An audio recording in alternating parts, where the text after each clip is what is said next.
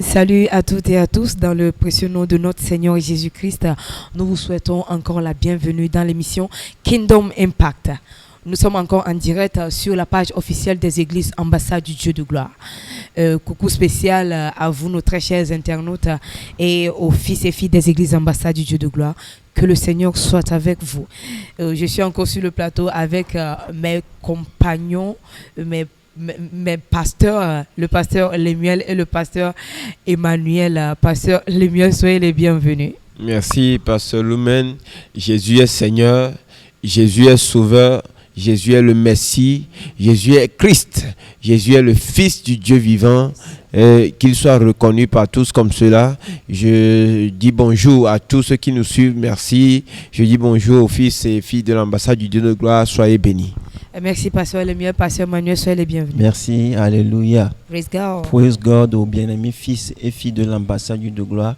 Heureux encore de vous savoir connectés, heureux de vous savoir encore en ligne.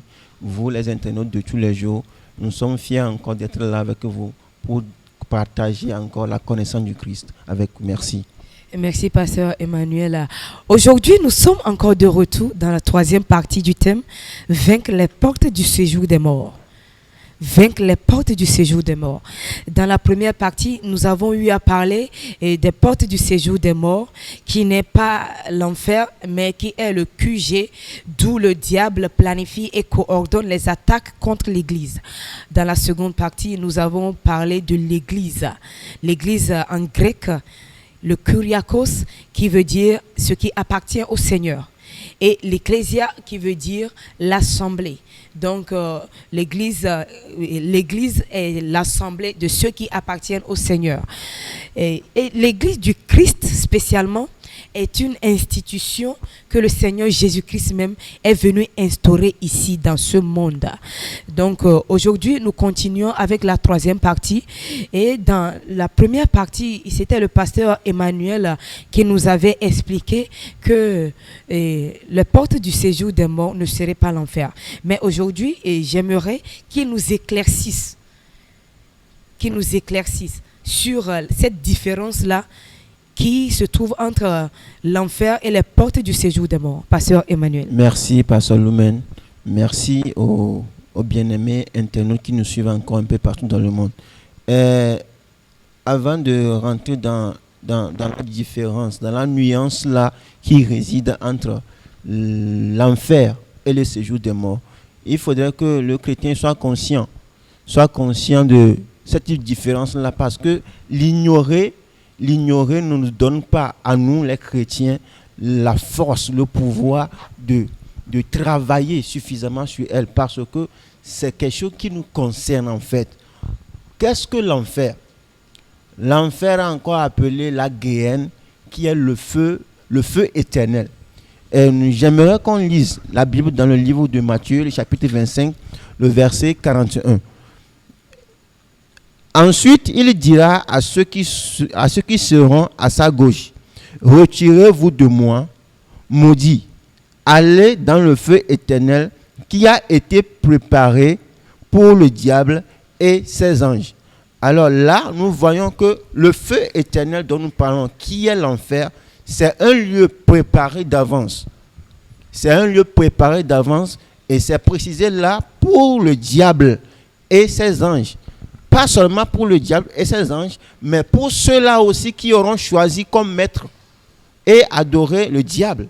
Parce que le diable n'a pas seulement les anges, mais a aussi des disciples. Alors ceux-là qui auront choisi l'adorer ou bien lui donner leur service, c'est à ceux-là qui est réservé l'enfer ou le feu éternel qui est préparé d'avance. Et j'aimerais préciser, l'enfer n'est pas encore en manifestation. L'enfer n'est pas encore en opération. L'enfer sera en opération à la fin, après le jugement dernier. Parce que quand nous lisons la Bible ici dans le verset 41, il dit « a été préparé pour le diable ». Alors c'est un lieu préparé, l'enfer, mais qui va opérer après le jugement dernier. Alors, qu'est-ce que maintenant le séjour des morts? avant de rentrer dans ce que c'est que le séjour des morts, il y en a qui disent, il y en a qui disent qu'ils ont des révélations, qu'ils ont des visions sur ce que c'est que l'enfer. Bien sûr, l'enfer est réel. L'enfer est réel. Et c'est un lieu préparé qui sera en opération après le jugement dernier. C'est possible que Dieu révèle à quelqu'un l'enfer, afin qu'il puisse avoir la connaissance adéquate sur ce que c'est que l'enfer, puisque la personne puisse témoigner effectivement ce que c'est que l'enfer. L'enfer est réel, mais ça ne veut pas dire que Dieu l'a révélé, alors il est en opération. Ça ne veut pas dire que quelqu'un a eu la vision, de l'enfer, ce qui veut dire l'enfer est en opération. Retenons un peu et soulignons un peu la partie là. Maintenant, revenons en ce qui concerne le séjour des morts. Le séjour des morts, par contre, c'est un lieu aussi qui est aussi réel, mais qui travaille actuellement. Et ne travaille pas seulement, travaille seulement avec un but principal, avec un objectif de dominer, ou bien de s'attaquer principalement aux églises de Christ qu'il a instaurées, comme bien-aimé pasteur lui-même vient de le dire. C'est le lieu qui a principalement l'objectif d'attaquer l'église de Jésus-Christ. Et il est en opération en ce moment-ci. C'est le lieu où se prennent de grandes décisions contre d'abord l'église, qui est l'Assemblée de Christ, en secondo contre les bergers qui sont mandatés pour conduire ou bien paître les âmes de Christ, et tertio contre les grandes décisions sont prises contre les âmes de Christ, afin de les diviser, afin de les briser, ou afin de les écarter de la voie de Jésus-Christ qu'il a apporté ou bien qu'il a instauré. Voilà un peu la nuance entre les deux entités, qui est l'enfer et puis le séjour des morts. Donc l'enfer n'est pas le séjour des morts. Non. Ok, merci pasteur Emmanuel. À présent, comment agissent-elles? Comment est-ce que le séjour des morts, comment est-ce qu'elles agissent? Merci, pasteur Lumen. Nous parlons des portes, bien sûr, les portes du séjour des morts, et nous disons qu'elles agissent effectivement sur l'Église. Et je remercie le Seigneur pour cette parole qui est en train de sortir. Et j'espère que quelqu'un, un chrétien, un pasteur, une église pourra tirer quelque chose et pourra travailler contre ces portes qui sont en train qui ne devraient pas prédominer contre l'église, mais à cause de peut-être notre ignorance, à cause de la connaissance qu'on n'a pas de la parole, et qui sont en train de peut-être détruire l'église ces temps. Comment agissent ces portes? En premier, ces portes agissent par nos raisonnements. Les raisonnements. La Bible dit dans 2 Corinthiens 10, le verset 5, il dit nous renversons les raisonnements et hauteurs et qui sont contre la connaissance du Christ, hein, et nous amenons toute pensée captive à l'obéissance. Ça veut dire que quoi? Le raisonnement, ce n'est pas l'intelligence. Le raisonnement, ce n'est pas la sagesse. Non. Les chrétiens, ils sont intelligents. Les chrétiens, pour ceux qui ont eu la patience d'aller au pied du Seigneur, ils ont eu la sagesse de Dieu. Mais le raisonnement, c'est tout autre chose. Le raisonnement te permet de comprendre. Par exemple, je donne un exemple, hein, quand ton prochain ou bien quelqu'un fait quelque chose, c'est le raisonnement qui t'aide à comprendre ce qu'il fait. C'est le raisonnement qui t'aide à bien agir. Et c'est le raisonnement qui te dirige en fait. Il y a une nuance bien définie entre le raisonnement et l'intelligence. Le raisonnement, c'est ce qui nous pose problème aujourd'hui. Quand tu vois les chrétiens, leur raisonnement par rapport aux choses, leur façon de voir les choses, et ça pose problème et ça crée beaucoup de désordre. Ça fait que les portes sont en train d'agir par ces raisonnements que nous, les hommes, nous avons, et de détruire l'église. Les portes agissent aussi par les divisions. les divisions dans les églises aujourd'hui par rapport aux dénominations. Celui-ci dit moi j'appartiens à telle église, moi l'autre dit j'appartiens à telle église. Les divisions par rapport aux pratiques même de la foi. Ceux-là disent nous le faisons comme ça, les autres disent nous le pas. Les divisions entre pasteurs, les divisions entre chrétiens, ça se voit partout. Et c'est les portes du séjour des morts qui est en train d'agir de cette façon. 1 Corinthiens 12, verset 5, il dit afin qu'il n'y ait pas de division dans le corps, mais que les membres aient également soin les uns des autres. Ça veut dire que ce que veut le Christ, ce que veut celui qui a instauré l'église, c'est qu'il n'y ait pas de division entre l'église afin que chacun puisse prendre soin de l'autre. Mais qu'est-ce que nous voyons aujourd'hui? Tout le monde a envie d'enfoncer l'autre. Et ça, c'est les portes qui agissent de cette façon. Les portes agissent par la désobéissance à la parole de Dieu. 1 Samuel 15, le verset 22 à 23, là, Dieu nous parle de l'obéissance. Il dit, est-ce que le Seigneur, Dieu prend-il plaisir plus aux holocaustes qu'à l'obéissance? Non.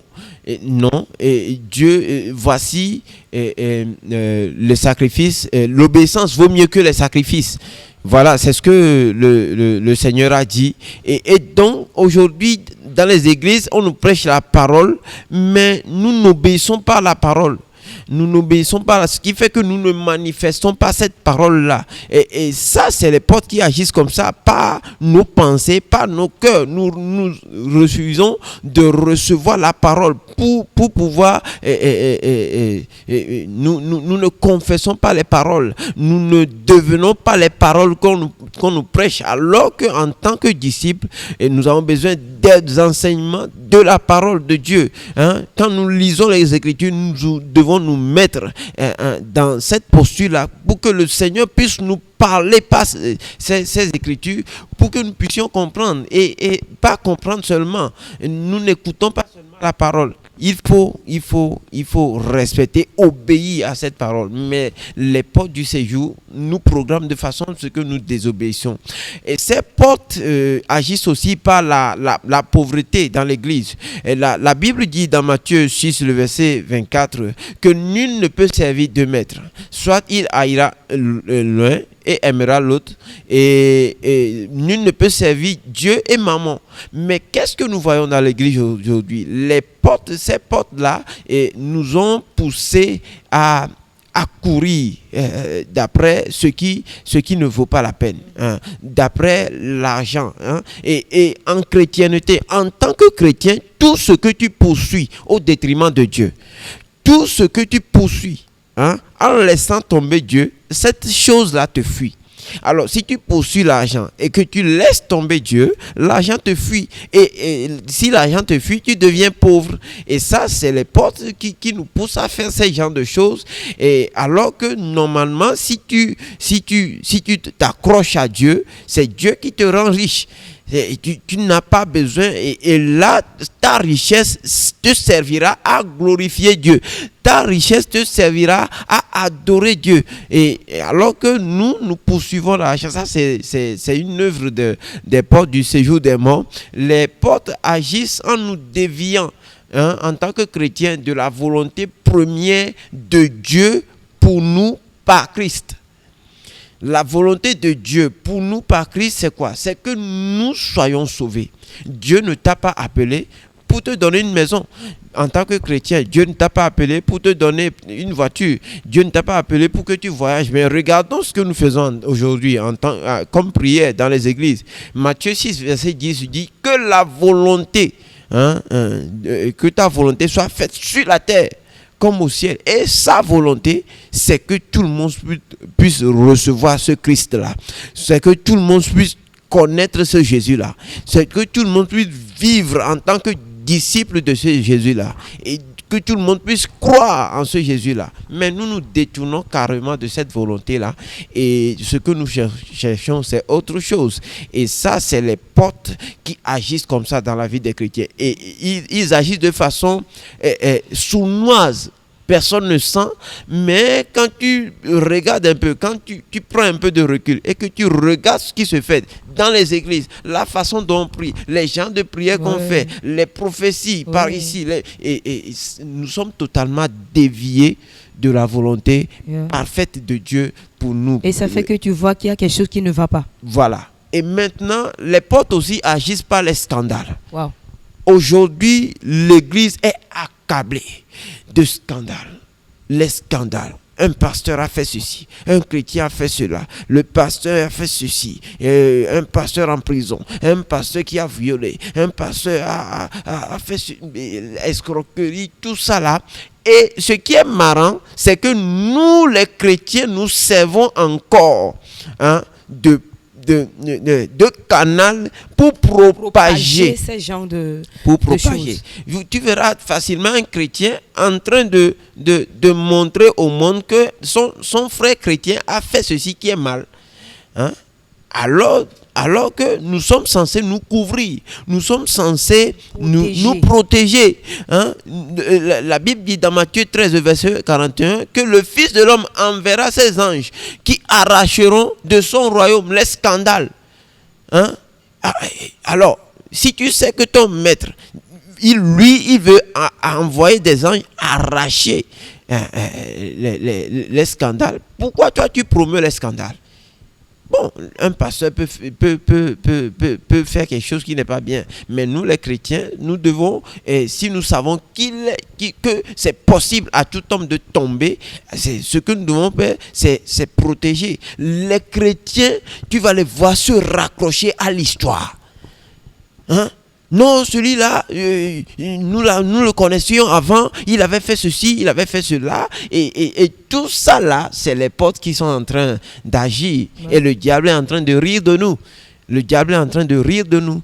Et les portes agissent aussi également en tuant l'éveil et l'adoration. L'éveil et l'adoration. Aujourd'hui, dans le temple, l'éveil, ce n'est plus l'éveil d'antan. L'éveil que nous avons vu dans la Bible, où les gens se sont rassemblés, le Saint-Esprit est venu sur eux comme du feu.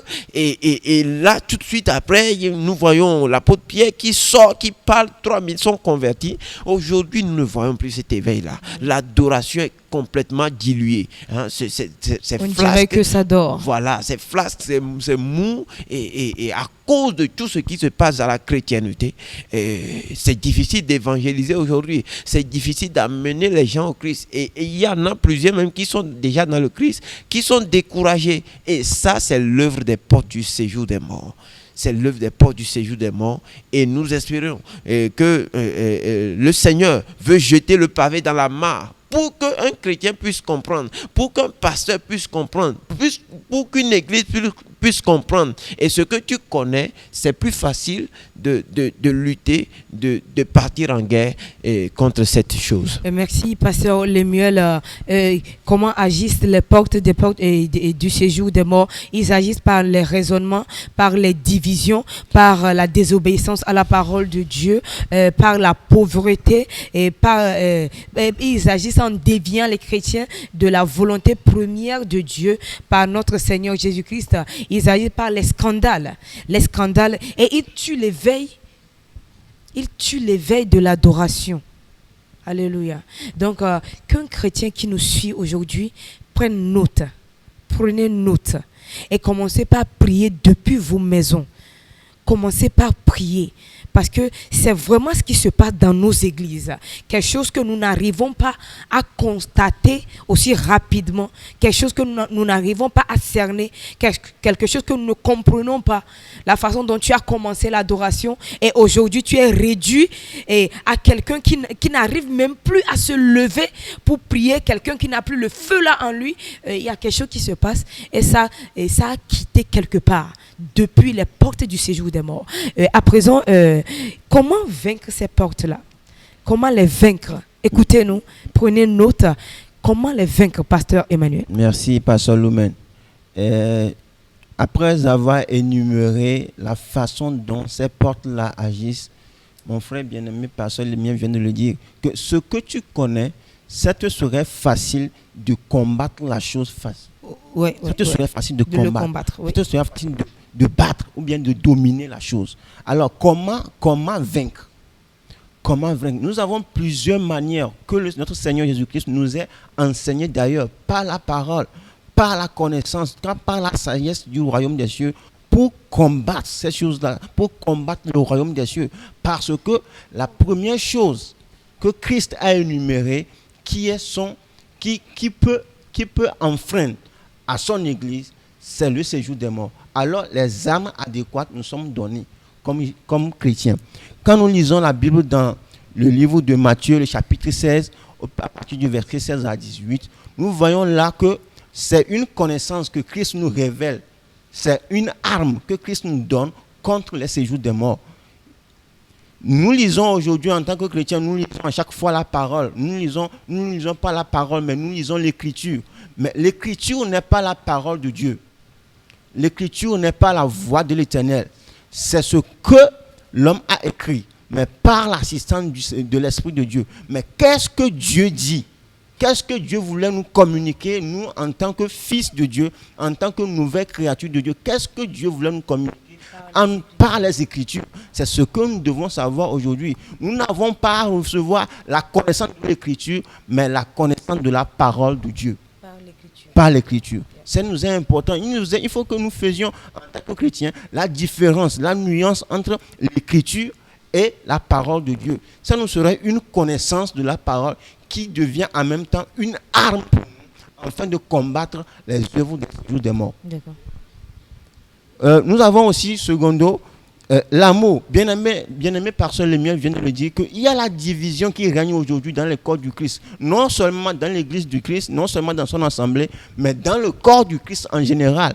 Aujourd'hui, les dénominations, les congrégations ne sont plus, ils ne sont pas unis. Pourtant, ils se disent des assemblées de Christ. L'assemblée de Christ est universelle dans le monde. Aujourd'hui, nous ne pouvons pas nous baser sur les noms des congrégations ou sur des bergers qui dirigent ces assemblées ou bien ces églises de Christ pour dire que non, moi j'appartiens à ceci, moi j'appartiens à là, je suis de l'assemblée de Dieu, je suis catholique, je suis protestant. Nous sommes les meilleurs. Ce n'est pas ce que Christ est venu instaurer comme église. Okay. Christ est venu instaurer une église d'union, une église de fraternité, une église de communion dans un amour, dans un amour principal. Et d'ailleurs, c'est ce qu'il nous demande comme recommandation, comme commande dans le livre de Matthieu, le chapitre 22, à partir du verset 38. Il dit, c'est le premier et le grand commandement. Le 39 dit, et voici le second qui est plus semblable. Tu aimeras ton prochain comme toi-même. Mais c'est un peu aberrant de voir aujourd'hui, même dans une même assemblée, dans la même assemblée, que des fidèles ne s'entendent pas. Ils ne sont pas unis. Des fidèles qui vont jusqu'à corriger ou bien blâmer leurs dirigeants. Parce qu'ils se disent, ils ont tous le Saint-Esprit, ils ont tous la connaissance du Christ, ils ont tous Jésus-Christ. Mais ce que Jésus-Christ est en train de prôner dans son Église, c'est l'amour. Sans l'amour dans le corps du Christ, nous ne pouvons pas construire l'église que Christ a instaurée. Nous ne pouvons pas bâtir l'église que Christ veut de nous. L'église que Christ a apportée du royaume des cieux, ce n'est pas la division, mais c'est l'amour. Alors, c'est le commandement second. C'est le commandement second que Christ nous a donné. En tant que chrétiens, nous devons prôner l'amour dans nos congrégations, prôner l'amour dans l'église universelle dans le monde. Toute église qui appartient à Christ est appelée à s'aimer. Et c'est dans cette union que nous pouvons combattre le séjour des morts. Sans cela, il y aura toujours des fuites. Et que le séjour des morts passera par des fuites par lesquelles les séjours des morts passeront pour atteindre ou prédominer ou enfreindre à l'église de Jésus-Christ. Alors, une troisième, une arme encore. Aujourd'hui, nous avons ce que c'est que la prière que notre Seigneur Jésus-Christ nous a enseigné. Et quand nous lisons dans le livre de 1 Thessaloniciens, le chapitre 5, le verset 17, la Bible nous exhorte d'ailleurs de prier. Jésus-Christ nous dit de prier sans cesse. Bon nombre de chrétiens aujourd'hui peuvent prier, priez en demandant, priez en voulant recevoir toujours de Dieu. Mais le bien-aimé pasteur Lémien vient de le dire, Jésus-Christ n'est pas venu pour nous donner ce que nous voulons, mais Jésus-Christ est venu afin que nous puissions le recevoir en tant que Seigneur Sauveur personnel. Ce n'est pas la voiture, ce n'est pas le mariage, ce n'est pas les enfants, ce n'est pas ce que tu veux que Jésus-Christ veut comme volonté pour toi. La première volonté pour Christ, la première volonté de Dieu pour laquelle Christ est venu et pour laquelle il s'est sacrifié d'ailleurs, c'est pour que nous puissions le recevoir en tant que Seigneur Sauveur personnel. Alors, notre âme premier, notre âme second, notre âme tertio, avec lequel nous pouvons combattre toujours le séjour des morts, c'est la prière. Une prière sans cesse, une prière consciente qui nous fait savoir que sans cette prière contre ce lieu, contre cette demeure-là, nous serons toujours attaqués. Alors, notre devoir en tant que Christ, en tant que chrétien, dans l'ensemble du Christ, c'est toujours se réunir avec une même conscience, une même mentalité et combattre ce séjour des morts qui a toujours pour but principal de détruire, de prédominer l'Église de notre Seigneur Jésus-Christ. Alors, nous avons aussi un quatrième, une avant-dernière arme qui est le sang. Jésus-Christ n'est pas venu seulement nous donner son sang comme symbole de protection ou bien comme outil de protection, mais aussi un outil de combat. C'est pourquoi quand nous lisons dans le livre de Apocalypse, le chapitre 12, à partir du verset 11, la Bible nous dit que nous les avons vaincus.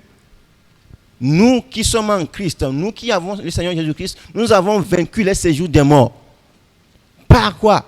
Par le sang de l'agneau et avec les témoignages qui viennent de notre bouche. Alors nous devons toujours combattre avec ce sang. Sachons aujourd'hui en tant que chrétiens que le sang de Christ qu'il a versé sur la croix, c'est un pouvoir, c'est une victoire que nous devons toujours élever, que nous devons toujours utiliser pour combattre le séjour des morts.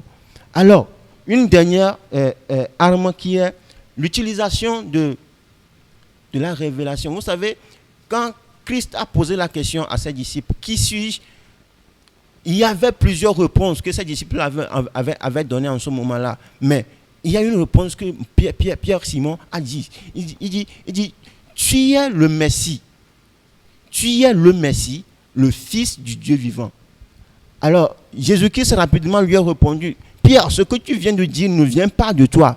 Elle ne vient pas ni de la chair, ni du sang, mais elle venait de Dieu. Alors, ce qui venait de Dieu est rapidement pour nous, en tant que chrétiens, une arme, un pouvoir, afin de combattre le séjour des morts. Alors, voici une arme pour les chrétiens de toujours confesser cette parole-là de Simon-Pierre qui dit « Tu es le Messie, le Fils du Dieu vivant ». C'est une révélation que Dieu a donnée à Pierre Simon, qui est en même temps une arme par laquelle le chrétien doit combattre le séjour des morts, qui est notre ennemi premier, l'antichrist de notre assemblée. Alors l'arme là, la confession du chrétien tous les jours que Jésus-Christ est le Messie, le Fils du Dieu vivant, est un combat efficace, adéquat pour détruire la planification et la programmation des portes de séjour des morts contre l'Église de Jésus-Christ. Et que le Seigneur vous bénisse. Pasteur Emmanuel, vous avez parlé de comment vaincre ces portes-là et vous nous avez donné comme arme la connaissance de la parole de Dieu. La connaissance de la parole de Dieu, l'amour comme commandement, prier sans cesse et dans la volonté parfaite de l'Éternel, l'utilisation du sang de l'agneau et la révélation que le Seigneur Jésus-Christ est le Messie, le Fils du Dieu vivant. Et à présent, dans Matthieu 16, le verset 19, le Seigneur Jésus-Christ a dit à Pierre, « Et je te donne les clés du royaume des cieux. Ce que tu lis sur la terre sera lié dans les cieux. Et ce que tu délieras sur la terre sera délié dans les cieux. » Qu'est-ce que le Seigneur veut nous dire par là? Qu'est-ce que le Seigneur veut nous dire par là? Ok, les clés, quand le Seigneur Jésus dit « Je te donnerai les clés du royaume des cieux », en fait, ce n'est pas une clé matérielle, une clé physique qu'on te donnerait et avec laquelle tu t'avancerais vers une porte, peut-être, je ne sais pas. Mais les clés, c'est la parole qu'il va te donner. Les clés, c'est une connaissance qu'il va te donner, hein, et avec laquelle tu peux agir. C'est ça la clé en fait. Maintenant, la clé, c'est aussi la puissance, l'esprit qu'il veut te donner. Parce que, n'oublions pas, la connaissance sans le pouvoir, c'est une plaisanterie.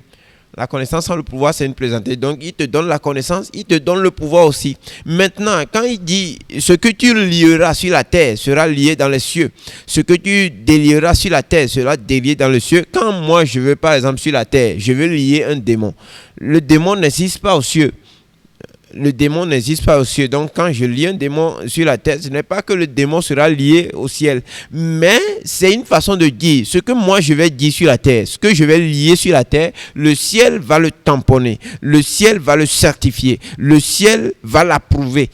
C'est une façon de dire ça. Et je te donnerai la parole, je te donnerai la connaissance et je t'ajouterai l'esprit et la puissance, de façon que ce que tu vas dire ici sur la terre sera approuvé du ciel. Ce que tu vas dire ici sur la terre, ce que tu vas déclarer, ce que tu vas prophétiser, ce que tu vas lier ici sur la terre sera certifié, approuvé du ciel. C'est tout ce qu'il veut dire.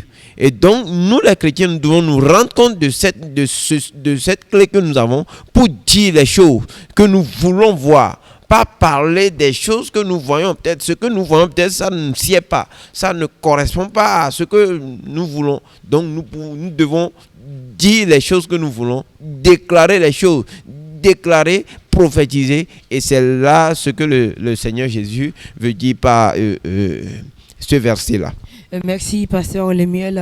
Aujourd'hui, nous sommes dans la troisième partie du thème « Vaincre les portes du séjour des morts ». Et c'est aujourd'hui que nous sommes en train de clôturer ce thème aussi.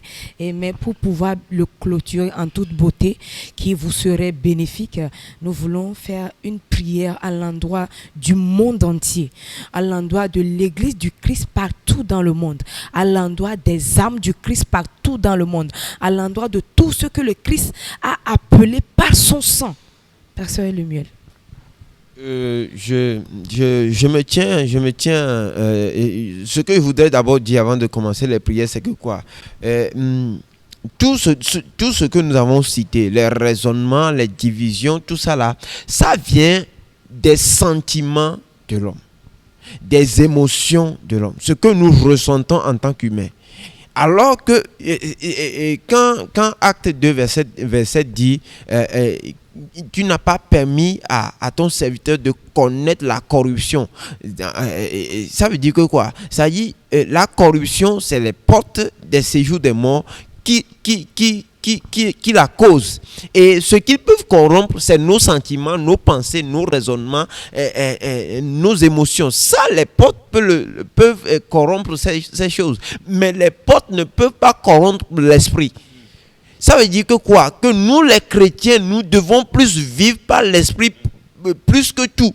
Nous ne devons pas seulement vivre par ce que nous pensons nous-mêmes, ce que nous voulons faire nous-mêmes, ce que nous ressentons nous-mêmes. Nous devons vivre par l'esprit. C'est pourquoi moi, je me tiens maintenant dans l'onction de mon Père, révérend Bishop Amen Takpa. Je me tiens dans son onction, dans sa grâce, dans son alliance avec le Seigneur. Et je prie pour le monde entier. Je prie pour toutes les églises. Je prie pour les hommes de Dieu. Je prie maintenant pour tous les chrétiens que l'esprit que le Seigneur nous a promis, l'esprit que nous avons reçu, que l'esprit seul guide nos vies au nom puissant de Jésus, que l'esprit nous prenne, que l'esprit prenne en captivité notre pensée, nos cœurs, que l'esprit prenne en possession nos langues, que l'esprit prenne en possession nos âmes en entier, pour que nous puissions seulement agir selon l'esprit de Dieu, que nous puissions seulement agir pour le bien de l'Église au nom puissant de Jésus. La Bible dit, nous renversons les raisons et les raisonnements et tout auteur qui s'élève contre la connaissance de Dieu. Maintenant, nous nous tenons dans l'onction de notre Papa et nous prions que les raisonnements, que les hauteurs, les puissances, les décisions venant des portes du séjour, elles sont annulées, elles sont déprogrammées au nom puissant de Jésus. Maintenant, à l'heure où nous prions, peut-être que cette porte est en train d'agir agit dans la vie de quelqu'un, dans la vie d'un chrétien qui nous suit, dans la vie d'un pasteur qui nous suit, nous annulons maintenant, nous envoyons le sang sur ces portes, leur œuvre, leur programmation, tout ce qu'ils programment, ils ont des agendas, nous les brûlons maintenant au nom puissant de Jésus. Et un chrétien est délivré. Nous déclarons qu'un chrétien est délivré. Nous prophétisons, nous déclarons qu'un pasteur est délivré. Une église qui est retenue captive par ces portes-là, elle est délivrée au nom puissant de Jésus-Christ. Je prie pour une église maintenant quelque part. Je prie pour un homme de Dieu maintenant quelque part qui a la pensée détournée de la volonté de Dieu. Une église maintenant, un fidèle maintenant qui a son cœur détourné du cœur de Dieu, du cœur de Jésus-Christ, à cause des effets des séjours des morts, de recevoir l'assistance divine qui vient par la confession que Jésus-Christ est le Fils du Dieu vivant. Il est le Messie, le Fils du Dieu vivant.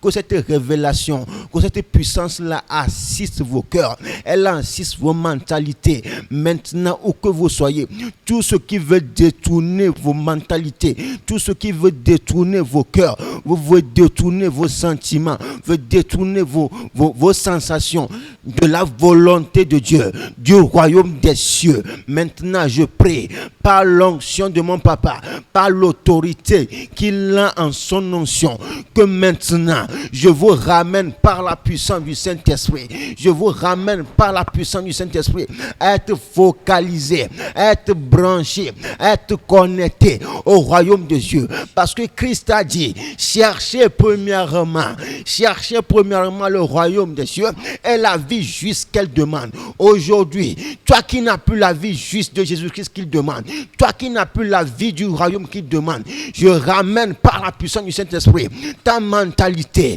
ton cœur, tes sensations vers le royaume au nom de Jésus. Je proclame et je confesse que Jésus-Christ est le Messie, le Fils du Dieu vivant. Cette prophétie, cette confession, cette révélation domine vos esprits, elle domine vos mentalités, elle domine vos raisonnements, elle domine vos sensations. Maintenant, au nom de Jésus, je continue par prier dans l'onction et l'autorité de mon papa, le révérend Bishop Amen, que recevez la révélation du Seigneur Jésus-Christ. Recevez la révélation du Seigneur Jésus-Christ. La première pierre que Christ a choisie pour bâtir son église, elle prend la fondation dans vos vies, elle prend la fondation dans vos cœurs, elle prend la fondation dans vos sentiments, elle prend la fondation dans vos activités. Au nom de Jésus-Christ, recevez la paix du Seigneur. Au nom de Jésus-Christ. Amen, alléluia. Amen, alléluia. Amen, alléluia. Amen, alléluia. Amen, amen, Amen, alléluia. Amen, alléluia. Toi qui nous suis en ce moment, que tout ce qui est en train de tuer l'éveil en toi, que tout ce qui est en train de tuer ton adoration, par le sang du Christ, par le sang du Christ, par le sang du Christ, nous les détruisons au nom de Jésus-Christ. Nous les détruisons au nom de Jésus-Christ. Nous nous tenons dans l'onction, l'autorité de notre papa, le révérend Bishop Amen. Et nous sianu que titre de suba onti nous sianu que cho to chiepe bagbo ye ele reode megbe ele wa vaklo megatem le subo megatem le deson susu megatem le wodonyi de ele deoda le monyu toadi ele deoda le maube lolonudi a to bulame nye choka gbegle mao to bulame nye choka gbegle mao to bulame nye note chiepe bagbo be don ala gbome to bulame nye note chiepe bagbo be don ala gbome le yesu ben comme mie do gberale Bible be vivitio ma dujida vivitio ma dufiada nous sianu kenye viviti la gbome nous sianu kenye viviti la gbome bemia de la Yesu Kristo yenye Messiah ma ugba bebe vi iketo agbe pe kekeli vana mita ho agbeyeye me notele to ba me nveve mame ye me degbe na luho bene dole chiepe ba gbome ne dole chiepe ba gbome ne dole chiepe ba gbome bablate ne dole chiepe ba gbome bablate le Yesu Kristo Nazareth ola ben comme mie dog bedale. Amen, alléluia. Amen, alléluia. Que le Seigneur vous bénisse abondamment. Soyez bénis, soyez bénis, soyez bénis encore. Merci de nous avoir suivis. Vous pouvez toutefois retourner en arrière, suivre la première partie de l'émission Les portes du séjour des morts et la deuxième partie, Vaincre les portes du séjour des morts, et la troisième partie qui est aujourd'hui. Et suivez-le encore et encore pour pouvoir recevoir ces informations et savoir comment marcher, comment agir, comment prier. Que le Saint-Esprit vous fortifie partout où vous êtes. Que le Saint-Esprit vous fortifie. Que le Saint-Esprit vous fortifie. Alléluia. Qu'il vous fortifie afin que ne soyez pas ébranlés. Ne soyez pas ébranlés, peu importe ce qui va se passer. Ne soyez pas ébranlés parce que notre Seigneur nous a dit avant de partir que voici, je serai avec vous jusqu'à la fin du monde. Il est là avec nous. Il est là avec nous.